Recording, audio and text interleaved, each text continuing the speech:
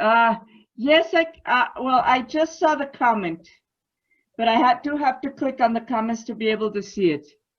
Yeah, but I mean, we are recording. It would be good. It's a good thing to share. So if we can unmute and talk, I think that's better. Yeah, but yeah, Pilar, maybe you go first. Thank you. About all this, I'm having my notes here, and the idea of inadequacy that it's been set to people because of the size or because of the look. If you have money, if you don't have money, if your hair is straight or curly, how white are your teeth, how blue are your eyes, because obviously none of us has blue eyes, so immediately we would have been set aside because we're not an expectation. And this idea of being inadequate, of being rejected, has a lot to do with how we compensate ourselves with our pain. And it brings the problem to a deeper level. There was this sitcom called Just Shoot Me that was about this fashion magazine.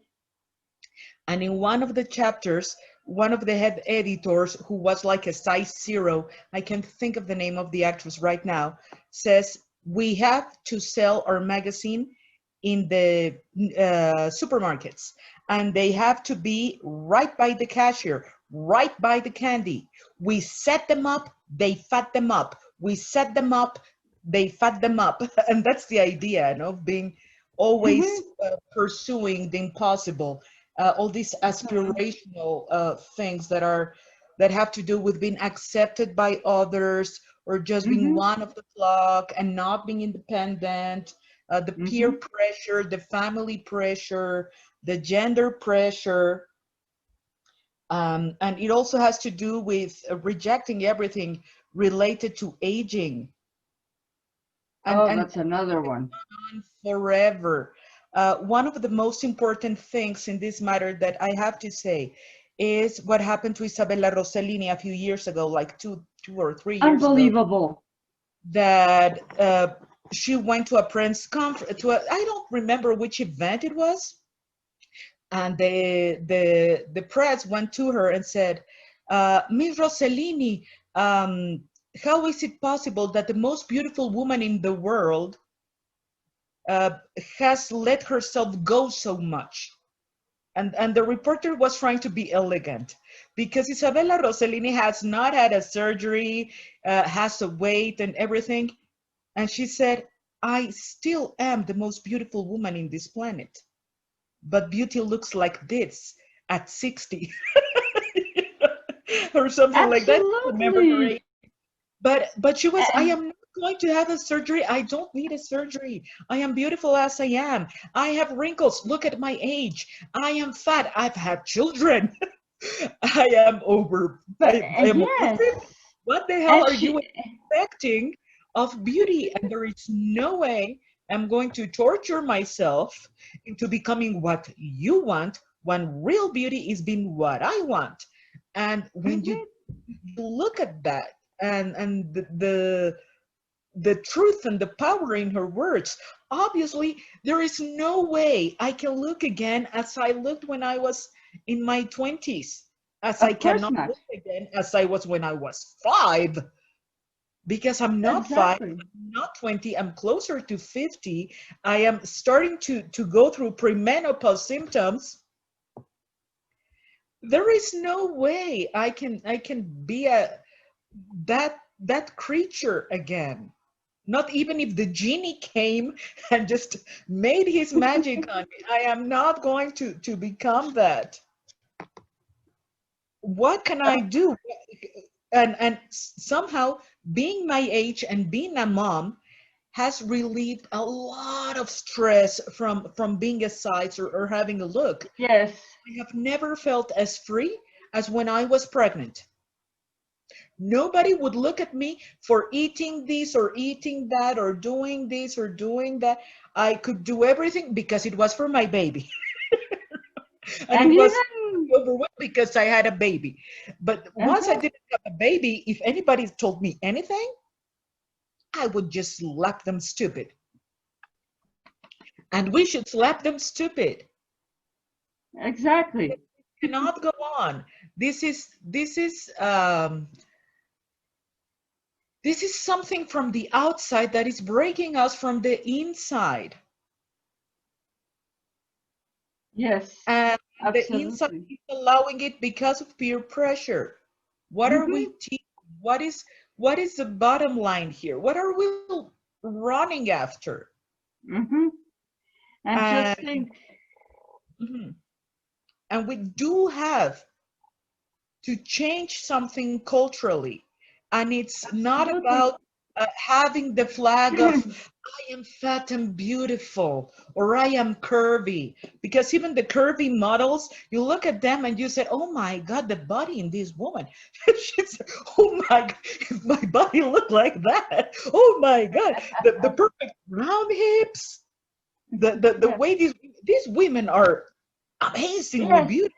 but it's complicated because behind all this fat phobia, you have billion-dollar industries. How much Are money you would all these something you industries are not? lose if we all started loving and accepting our bodies?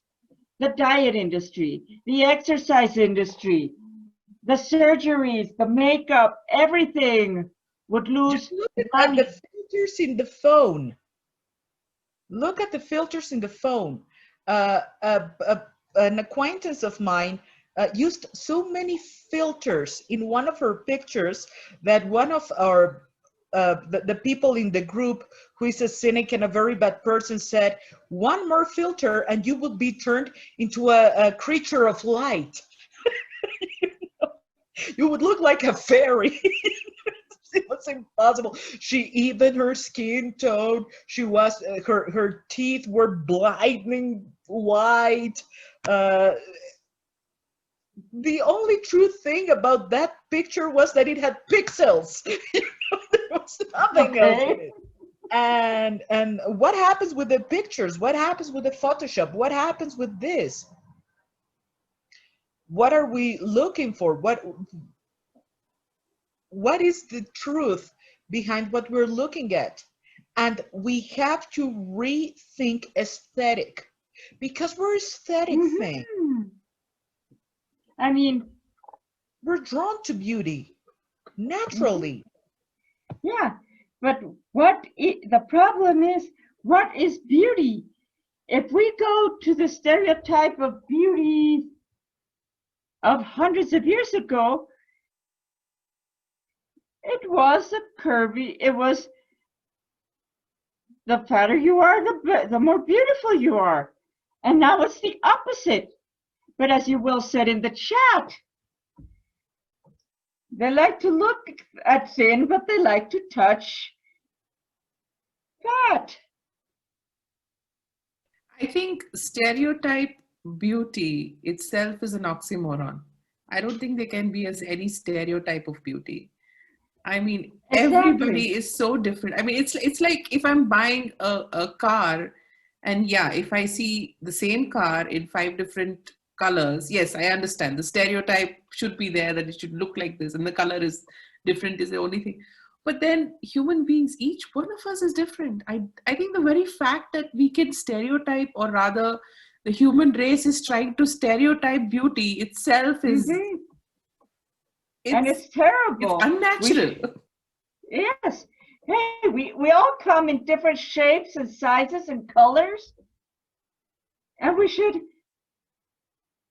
rejoice in that, and we should glorify that instead of trying to make everybody fit into a stereotype in which 99% of the people don't fit in, or at least 90%.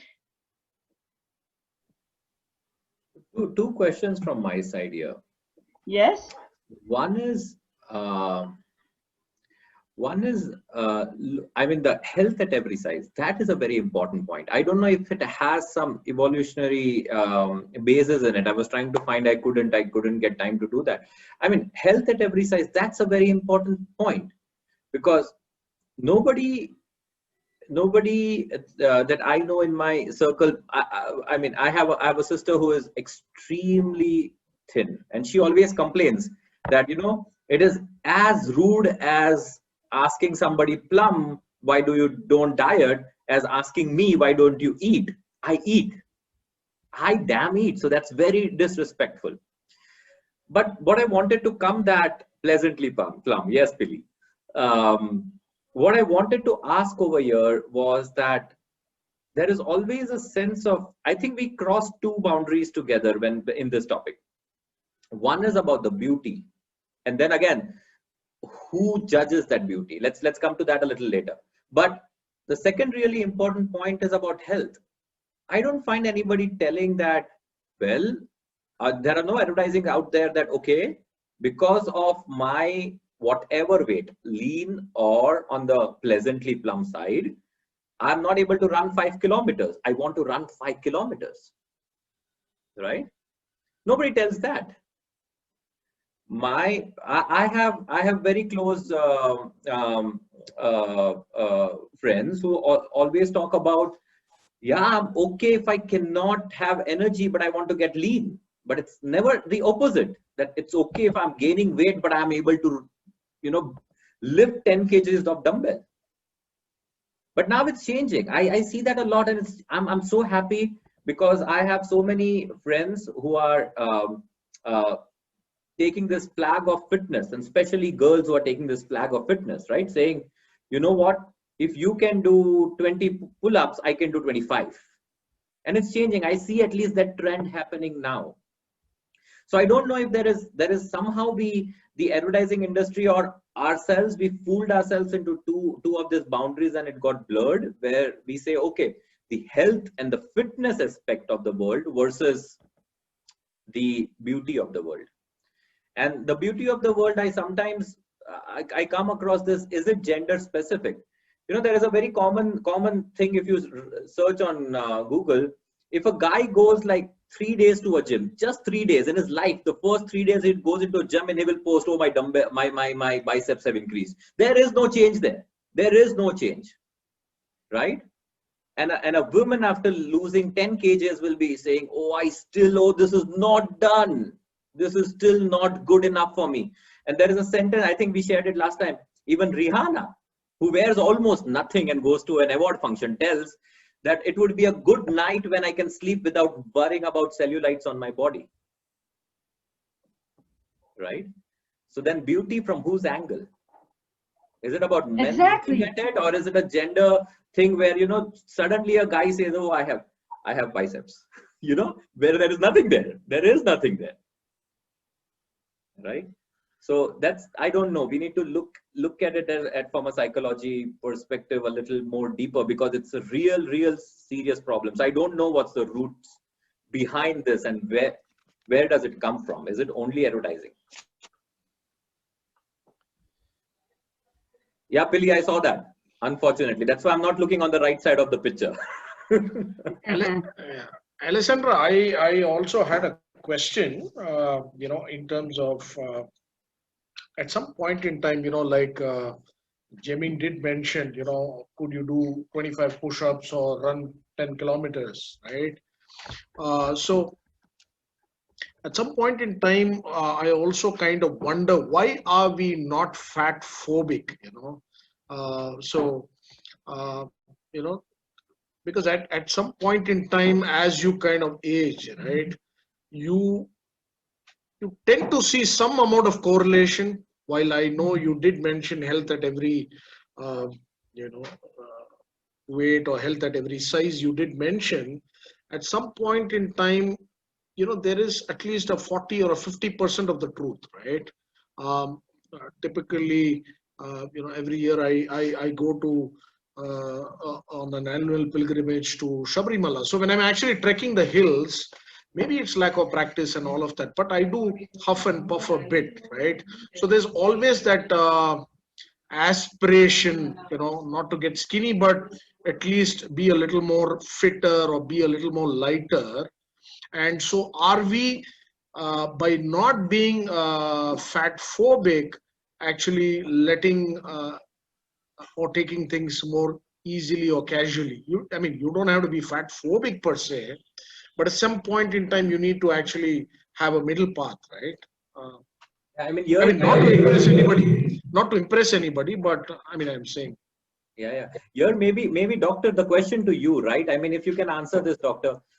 I mean, fat phobic, I have this discussion with a lot of again people. So we never check the saturated fat content in the body. That phobic should be there because that will give me heart disease, that will take away my stamina.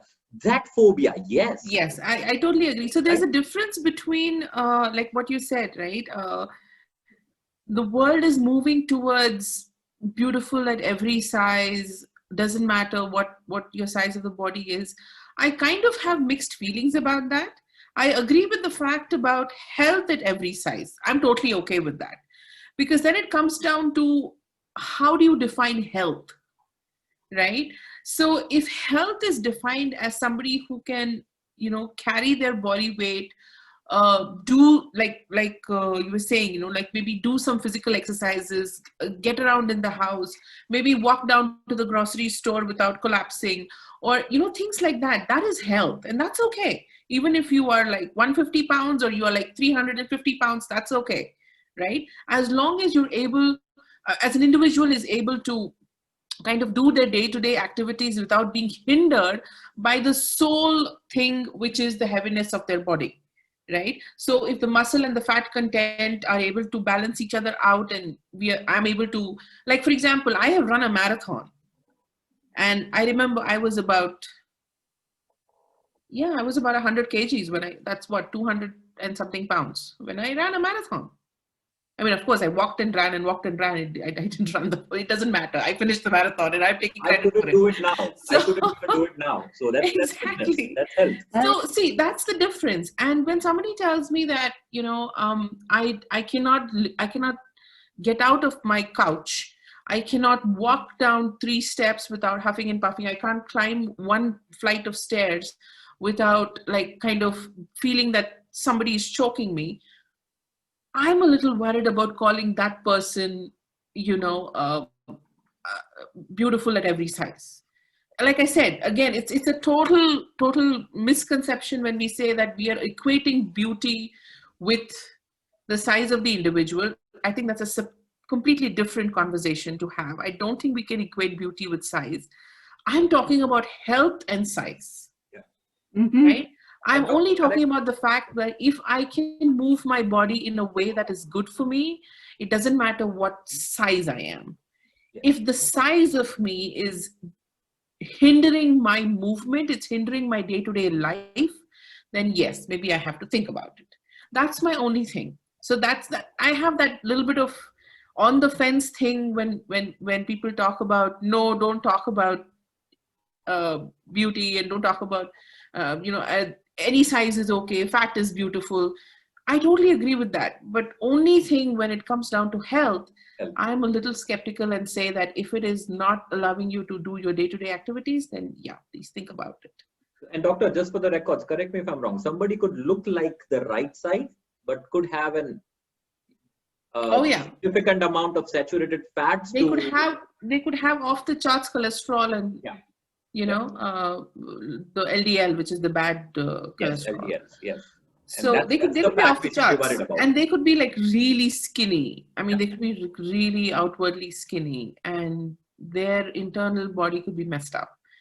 And it could be the other way around. For example, me now, I weigh around the same amount that I was weighing when I ran the marathon, and my cholesterol is fine. I have no diabetes, I have no hypertension, I have no thyroid. But yeah, I'm according to the BMI scale, I'm morbidly obese. Morbidly obese. But then, hey, who cares? I can run a marathon, so do what it is as you please. You're healthy, you can run a marathon, your levels are fine.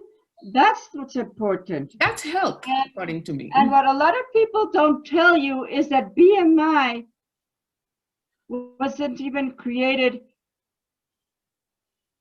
to measure health.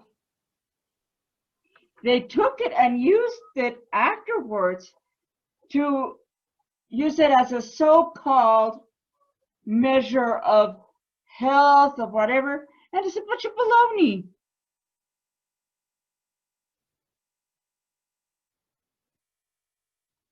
Okay. Now, just to finish, what do you guys think? What do you see in this picture?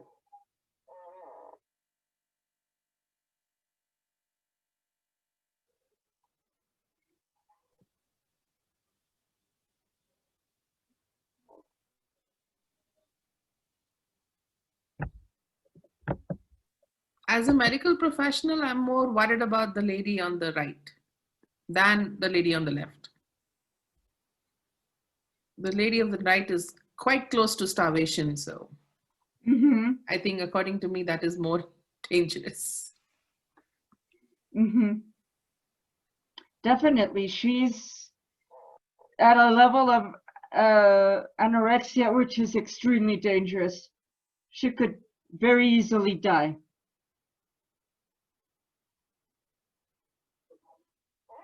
Isn't she dead already? And I mean in a metaphysical way also. Probably inside, a lot of her is dead. And it's not for defending either side. It's again what we were talking about, the conditioning of acceptance, because possibly the lady on the right thinks or looks at herself as the lady in the left, and the lady in the left wishes to shed half her weight to the lady on the right to have some balance. So it's very, very hard. I was some months ago with a year ago with my psychologist. We were talking about my weight situation, because back in the day I was very worried about it. I weighed the same that I did last year, but still back then it was a worry for me because I wasn't losing weight and I had a lot of stress and stuff. And we got to a very interesting conversation where she said, okay, is your weight? I made a nice picture. Is your weight? Yeah. Oh, I'm Great so proud picture, of you. doctor. That is the marathon medal. Marathon, no? Yeah, the Standard Chartered Mumbai Marathon. Wow. Back to the story quickly. And she said, why do you carry weight?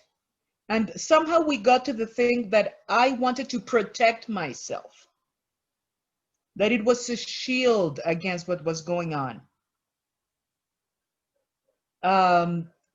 And then she said, well, but is it really a shield, or has your particular upbringing taken up the space you need, and you grew yourself to have access to more space?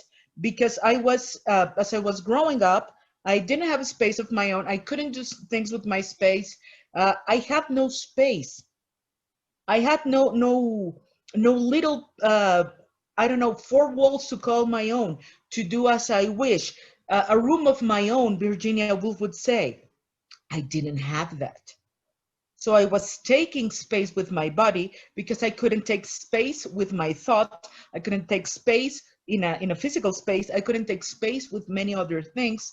And trying to relate the protection, the need of space, the need of acceptance, the need of intimacy, the need of property, the need of being validated just because you are who you are, you think what you think, you want what you want, you crave what you crave, instead of being constantly told, this is wrong, this is sin, a lady should fill in 800 million blanks.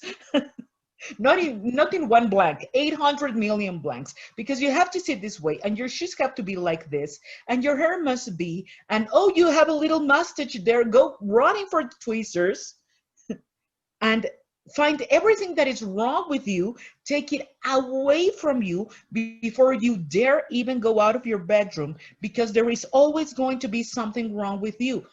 If always there is going to be something wrong with me, how come does the universe expect me not to look for a space of my own to protect myself from these expectations that immediately tell me that I am wrong, that I am disagreeable, that I am something to feel disgusted about because I have one whisker here, because I am a human in puberty and the hormones do stupid things.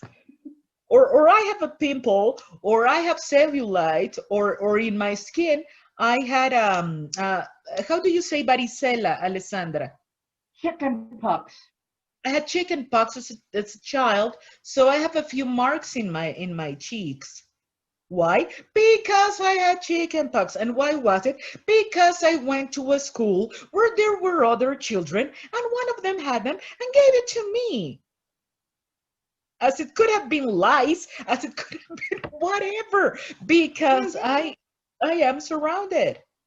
But not you have marks in your cheeks, and you have a whisker, and Oh, how terrible. your feet are you know, the little toe nail is a little bit to the side. So, ew, how come your genetic isn't what I want to look at in you? And then we are wrong, and then we're punished, and then we are so into looking everything that is wrong about us to be able just to get out of the bedroom in the morning, to be presentable, to be acceptable. Nobody's going to want you. Nobody's going to hire you. Nobody's going to marry you. Nobody's going to love you. Nobody's going to, but they are tyrants and they are horrible people, and they deserve to die in a very slow way. They are, and I am a little piece of candy in a nice, brilliant wrap. Ah, but you're a candy, you have sugar, you're wrong. What the hell? What the hell? So there is no way of making anybody happy. And No. and what is the message here? And the message here is inner power. Becoming Exactly. someone you want to be friends with until you die. What a Becoming Because we have to be with ourselves until we die, 24/7. We're the only ones who's going to be with ourselves until we die. But I want to say, I want to Exactly. take the example of the singer Adele. Oh, please. I loved her when she was, I don't know, a curvier version of herself. Yes. And now she's an emancipated, I don't know. I don't think I even like her songs anymore. I don't know. I just can't relate with her anymore. I don't know. Maybe it's very superficial and whatever it is. But I am curious about one thing.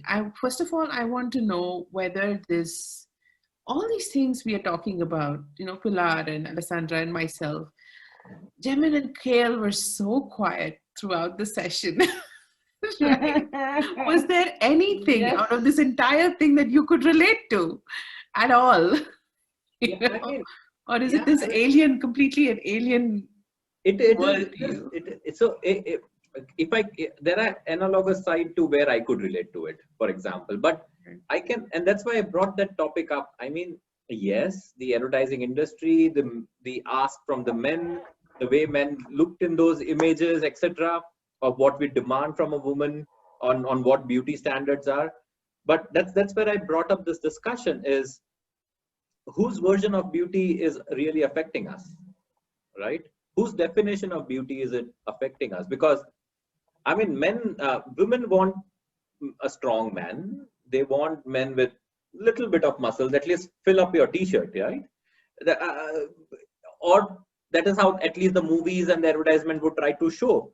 But the leanest of the men, he would stand like this as if he has the best body in his world, right? He would stand like this, the leanest. You will see some nice memes of Indian army recruits, right? Where they measure a chest size, and if the chest size of a man is smaller, then they are rejected. There are these matchstick guys who would stand like this and try it out, right? So that's what I wanted to bring out, as in whose definition of beauty is it, and whose definition of structure is it, right? And that's where it's a little bit Exactly. unrelated for me, at least I would say. But I see the problem there, and that's why I said to hopefully to the world where health is the new beauty. You know, I have this discussion with my wife. She's pleasantly plump, right? And she has always been like that. And we look at photos 10 years back, and she was half the size she is now. And she said, even then, people used to call me plump, right? And who has she to impress? I never asked her into that. You know, I want to fit into that dress once. Yeah. She can run 5-10 kilometers. She's a very healthy person. Her immune system is far better than me, right? I get cold and I'm done. I'm in my bed sheet. She has cold and she would work the whole day. And she gets cold only once in a while. She's stronger, healthier than me. So it's not necessarily that somebody is imposing that thing on her, but why is that as a psychological stuff of and whose definition of beauty is it then, coming down to that point? And that's why I just brought that one point and I kept quiet. I was listening very carefully and learning a lot of things today. But yeah, but to Pilar's point, where there are examples out there that you get rejected from a job because of these things, you call out names. It's a front desk secretary job, and you always expect somebody to be in a particular shape and a beauty. It happens with men, but not so much, I guess. I mean, there are police and guards to our Hollywood stars. They are not given to the Hollywood stars to stay with them based on qualification. They need to look smarter. This was the news some time back, right? Even men, they need to look smarter to go around with the film stars. Otherwise, but that doesn't affect so much. That doesn't, I mean, maybe we are just too full of ourselves sometimes. But at the same time, with the men, something happened to my husband a few years ago. He's a very thin man. He's very thin, he's tall. And we went to this store, and they had discount on a very, very, very nice shirt. And he turned it, he tried it on. He looked like Bruce Lee, you know, like a Dorito shape, big shoulders, the way he looked amazing. So he said, oh, I'm going to buy it. So he bought it. We went to a dinner. He sat down, and the shirt was a disaster. And a gay friend of ours who was with us said, man, you bought a standing up shirt. A what? There are shirts for men that standing up, they look amazing, but they cannot sit with that shirt because the buttons will start just crumbling. And he was like, lend me your tie. You know, something. What the hell is going on here? And my husband is a very thin man. He's thin, he's tall, you know, and really we have to think about the personal approach to life. If I can give a conclusion that I had, I hear many motivational speakers because they make me think about stuff. And one of these speakers, her name is Janine Roth, and she has a lot of intuitive eating, and she's one of the lost weight gurus and stuff. And she said, how you eat is how you live. Pay attention to your approach. If you approach food with the excitement of, oh, today I am going to have these chilaquiles, these hotcakes, these whatever it is you fancy for a breakfast, and it's going to be amazing, and you're excited about it, and you have all these positive emotions, you're going to have each bite as if it was a little piece of heaven.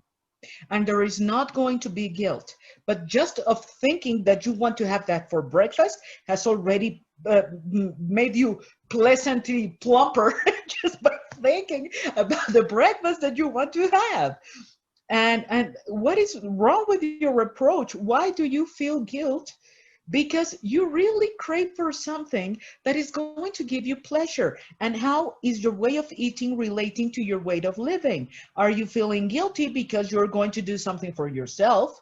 Are you feeling guilty because you're going to buy something, a little caprice for yourself, something that you really wanted? Maybe you want a lipstick that is, I don't know, $15 to give it whatever number.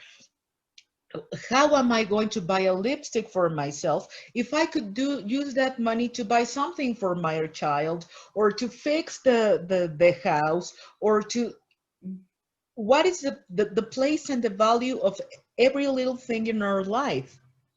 And we have to be clear. What is the value of my money? What is the value of my time? What is the value of my choice? What is the value of my food? How am I living? How am I relating things? Am I really aware of what I need and the space I give to the things that I need? And my approach. And she really got me thinking about this way of how do I approach life? How do I eat? Do I eat fast? Do I eat calm? Do I feel excitement of what I'm going to eat? Do I feel guilt? Do I feel shame? What the hell is going on? And that helps in a relationship of clearing my mind and torturing myself less. Not giving up the torture. It's a die-hard habit, torturing oneself. But giving it less, just by, okay, what is my relationship to this? And I've managed to wait the same for 1 year, even with the pandemic, being in the house where I am not going to the job and going up and down stairs and carrying stuff. And I mean, housework doesn't take as much calories as it does working in a high school. Just getting across the hall. It's half a marathon with all the kids pushing Dealing you. with a class of 30 plus teenagers. Oh, just resisting their smell after sports class is enough to get done. Oh, definitely. But still, what is the approach? What is the approach? How are we rethinking ourselves? How are we putting things together? Mhm. I know I am not going to be a size 5 or 6 again. It's fine. I don't need that. I just need to be able Exactly. to get up a couple flights of stairs without feeling somebody's choking me, as you were saying. I need very little things. And I need good blood tests, and I need to be able to touch my toes, and I need to be able to do a very simple set of things according to my age and my needs. I am not going to Exactly. carry the 24-kilo child of mine. My back is no longer for those activities. Mhm. And just let Exactly. go and just accept that I am sexy and irresistible. Let's face it. Eh? Actually, every time somebody says, "How are you?" I always answer, "Sexy and irresistible." And they're like, Absolutely, Principessa. but then I see in the back in their minds a question. Well, there is some truth. Absolutely.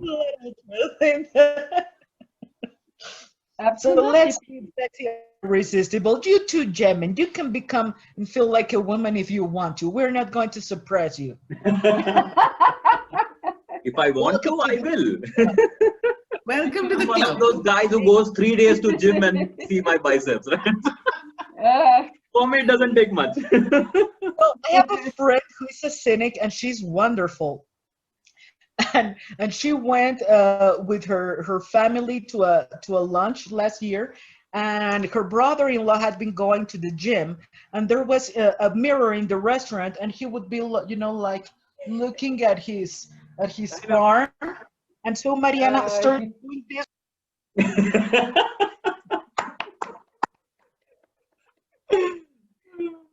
No, you went on mute. Billy, you went on mute. That the guy was doing like this with his arm, and then she started doing like this with her tits in the mirror. He was like, "What are you doing?" "No, what are you doing?" This is natural. What the hell are you talking about? And oh my God. I'm going on. No, she has the best stories. After this, I'm going to tell you the story of the funeral. Or if you want it now, I can say it now. She was 13. My part is pretty much covered, I think. Yeah. So go ahead. Go ahead. Okay, so Mariana, who is a very imprudent Billy, doctor has something to say. Doctor, go. I have to go. I don't want to miss the story though. Oh, it's going very to take fast. 5 minutes. It's going to be a 1 fast minute. one. Okay. 1 minute story. She went to a funeral of her mother had a friend whose husband hit her constantly, and she would go and take refuge in Mariana's house and stuff. And one day the husband dies, so Mariana and her mom go to the funeral. And she's 13, and it's the first time she goes to a funeral ever. So they were in the line, "Oh, I'm sorry for your loss. I'm sorry for your loss," whatever. And when Mariana went to her, she said, "Congratulations." Held her tight and started laughing her ass off. And everybody thought she was crying so hard, but she was laughing and laughing and laughing because of the sincerity of this kid, that she was so happy that this woman was no longer going to be hit by her husband. And what can I say? Sometimes children always tell the truth. Oh, and that's it, doctor. Lovely to see you. I always miss you when I don't see you. Oh, thank you. Thank you so much. I miss you guys too. So hope to see you again very soon. I'm sorry I have to rush now. Thank you, we'll doctor. meet in a couple of weeks again. It's a pleasure. An awesome session, Alessandra. Thank you so much. Thank you, Session doctor. very close to the heart. Thank you. Thank you so much. Thank you. And Thank you. I guess we'll see each other next year. Yes. Bye. Happy New Year and Merry Christmas to all of you. Thank you, doctor. Happy New Year. Happy holidays. Happy You too. Thank you. Bye.